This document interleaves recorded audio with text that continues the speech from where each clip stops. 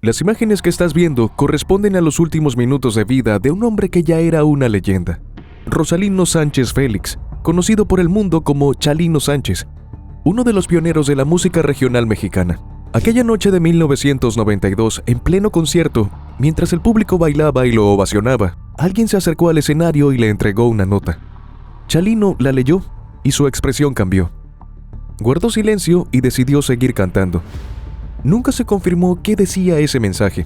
Lo único seguro es que pocas horas después, su carrera, tan intensa como su propia vida, se apagaría de forma violenta y definitiva. Te invitamos a ver el siguiente caso hasta el final para que no te pierdas ningún detalle. Hola a todos, yo soy Carlos y antes de empezar con este video quiero que me cuenten algo. ¿Desde dónde nos ven? Escriban el nombre de su país en un comentario. Nos encanta saber hasta dónde llegan estas historias. Ahora sí, comencemos. Nacido el 30 de agosto de 1960 en Culiacán, en el estado mexicano de Sinaloa, Rosalino Sánchez Félix, a quien con el tiempo el mundo conocería simplemente como Chalino, tal y como nos referiremos a él en lo sucesivo, fue el menor de los 7 hijos del matrimonio formado por Santos Sánchez y señorina Félix. Criado en el seno de una familia de escasos recursos, dedicada por completo al trabajo del campo, la suya no fue una infancia fácil y la tragedia llegó temprano.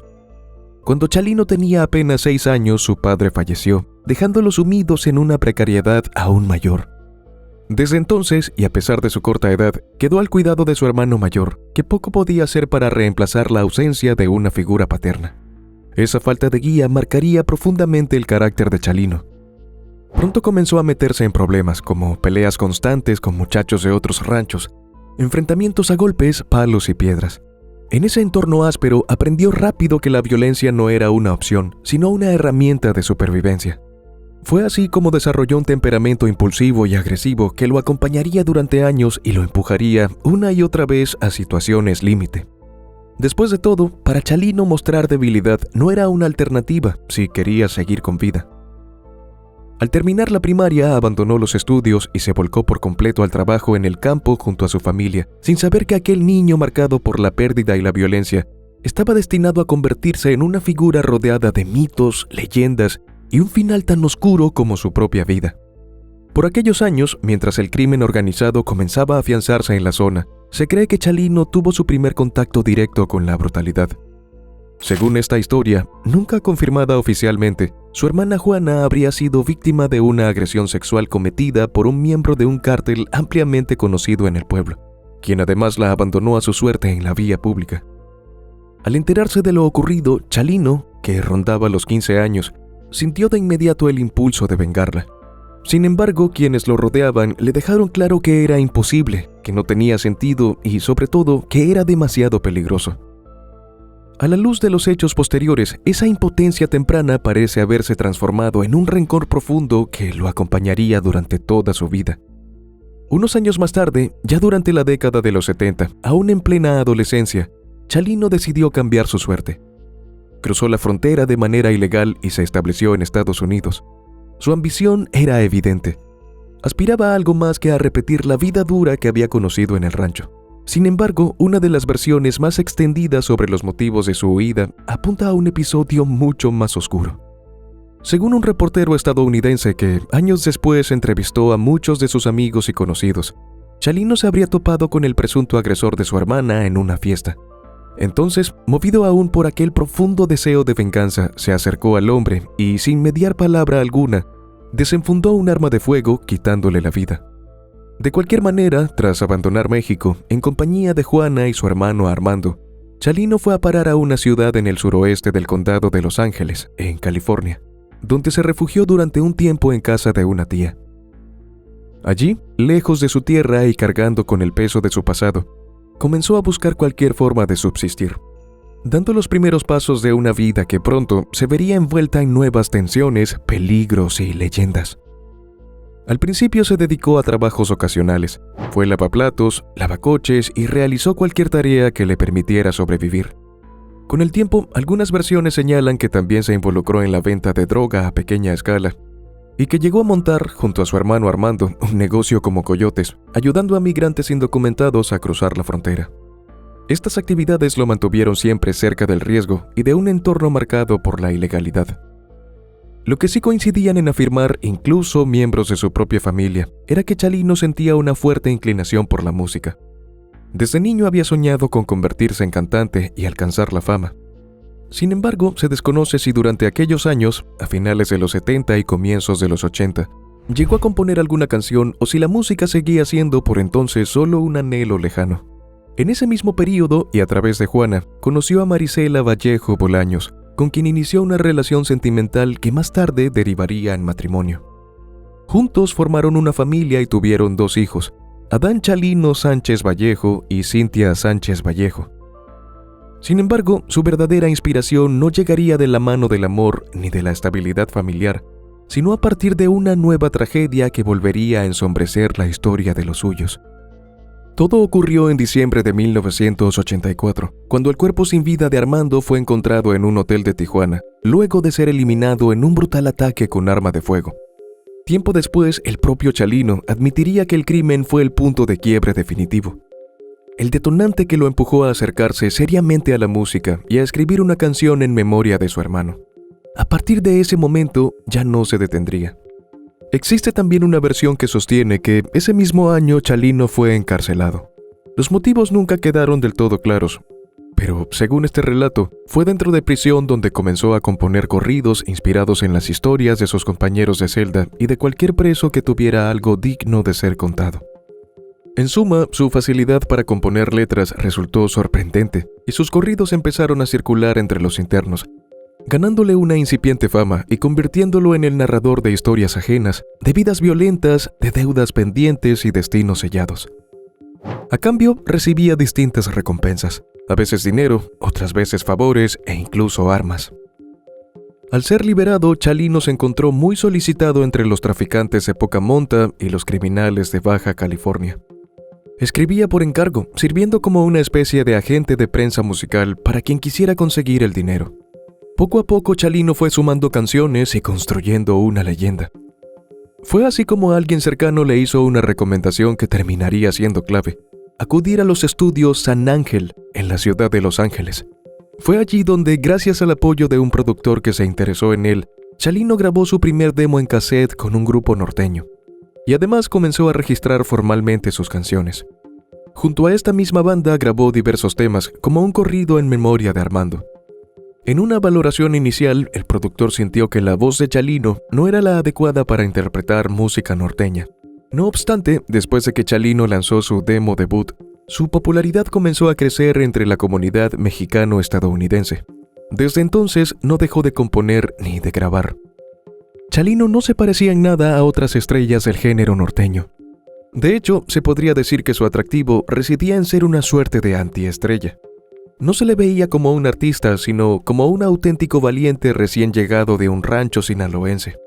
Su voz era cualquier cosa menos bonita. Un gemido plano y nasal que, sobre todo en las primeras canciones, tendía a sonar tenso y forzado.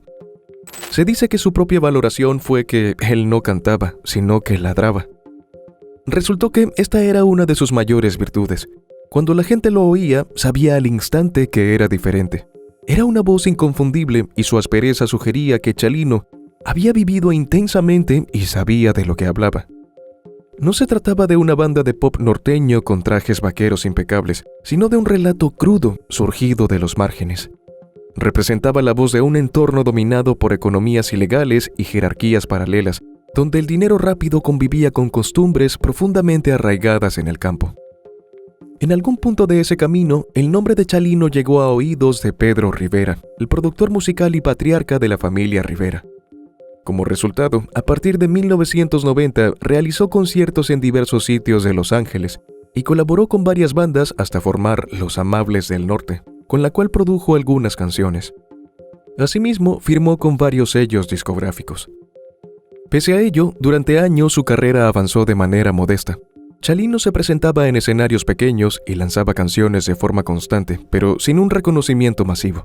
Su verdadero salto a la fama llegaría recién en 1992, durante una presentación en un restaurante ubicado en la ciudad de Coachella. Aquella noche marcaría un antes y un después. En pleno espectáculo, un hombre caminó hasta el escenario y de pronto abrió fuego en 2 ocasiones a corta distancia, hiriendo a Chalino. Lejos de huir, este logró resguardarse y respondió sacando el arma que solía llevar en la cintura para defenderse. Sin embargo, en el momento decisivo, el arma se encasquilló. Desesperado, se la arrojó al atacante, golpeándolo en el rostro. Y mientras tanto, el sujeto continuó abriendo fuego hasta que, finalmente, quedó reducido. El saldo del ataque fue trágico. Una persona perdió la vida y al menos 8 resultaron heridas. Como en tantos otros episodios de la vida de Chalino, las versiones sobre lo ocurrido difieren. Así, algunos sostuvieron que el atacante había sido enviado para eliminarlo. Otros, en cambio, aseguraron que el sujeto actuó bajo los efectos de una sustancia prohibida. Y, aunque el agresor, identificado por las autoridades como Eduardo Alvarado Gallegos, de 34 años, fue a prisión y Chalino pasó varias semanas hospitalizado, y hasta se llegó a decir que le habían perforado un pulmón, lo cierto fue que él no solo sobrevivió al caos, sino que el episodio, tan violento como inesperado, terminó por alimentar el mito que ya comenzaba a construirse a su alrededor. Porque no solo continuó más tarde con su gira en California con fechas completamente vendidas, sino que desde ese momento su música comenzó a ser más consumida, haciendo que su nombre pasara a convertirse en una leyenda entre la población mexicana en la frontera y la hispanohablante en Estados Unidos. A partir de entonces, Chalino se hizo conocido como el rey de los corridos. En ese contexto, nada parecía augurar que su fama duraría apenas unos meses. Así llegamos al 15 de mayo de 1992, que comenzó como un día aparentemente rutinario para Chalino, con una sola excepción. Esa noche tenía previsto presentarse en Sinaloa. Según algunas versiones, familiares y amigos nunca estuvieron del todo convencidos de aquella supuesta invitación. El temperamento de Chalino le había granjeado numerosos enemigos, algunos de ellos muy poderosos y con vínculos directos con el crimen organizado. De hecho, en su entorno ya circulaban rumores de que había recibido amenazas de que le iban a quitar la vida en la región. Aún así, Chalino siguió adelante. Vestido con su característico sombrero vaquero, subió al escenario de un salón abarrotado ante un público ansioso por escucharlo. Entonces, mientras él lo daba todo, de la nada, un hombre se acercó para entregarle una nota. Chalino la leyó en silencio y, de inmediato, su expresión cambió por completo. Tal y como puede apreciarse en el video captado entonces y, a posteriori, ampliamente difundido en redes sociales. Nunca se confirmó de manera oficial qué decía aquel mensaje. Sin embargo, con el paso del tiempo se instaló una versión que sostiene que se trataba de una advertencia letal. Si esto fue realmente así o no, es algo que jamás se pudo comprobar. Lo que sí quedó registrado fue su reacción. Por un instante, el miedo pareció reflejarse en su rostro. Aún así, Chalino procedió a acomodarse el sombrero, respiró hondo y continuó con el espectáculo, como si nada hubiera pasado. Mientras, los asistentes siguieron bailando al ritmo de su interpretación. Para muchos, aquella decisión terminaría convirtiéndose en el mayor error de su vida. Finalizado el concierto, Chalino salió en compañía de unos amigos y de uno de sus hermanos, y todos estaban dispuestos a ir de fiesta a celebrar. Corrían las primeras horas del 16 de mayo de 1992 cuando, en pleno trayecto por las calles de Culiacán, su vehículo fue interceptado en una rotonda por personas que iban a bordo en varias camionetas. Según los testimonios, al dirigirse al grupo, los hombres se presentaron como agentes. De hecho, iban vestidos de policías federales y hasta sacaron tarjetas de identificación para probarlo. Tras sacar a uno de los miembros del grupo, dijeron que un supuesto comandante quería hablar a solas con Chalino sobre un asunto pendiente. Para evitarle problemas a su familia y a quienes lo acompañaban, Chalino accedió sin oponer resistencia y se marchó con ellos. Nunca más volvería a ser visto con vida. Apenas unas horas más tarde, ese mismo día, alrededor de las 6 de la mañana, unos campesinos hicieron un escabroso hallazgo junto a un canal de riego cerca de la carretera que salía del pueblo. Se trataba del cuerpo sin signos vitales de un hombre. Tenía muñecas y tobillos atados, además de que estaba vendado de los ojos. Una vez que las autoridades fueron alertadas y se presentaron en el sitio, constataron que los restos pertenecían a Chalino, de 31 años. Había recibido 2 detonaciones de arma de fuego en la parte posterior de la cabeza. Chalino fue sepultado en un panteón ubicado a las afueras de Culiacán.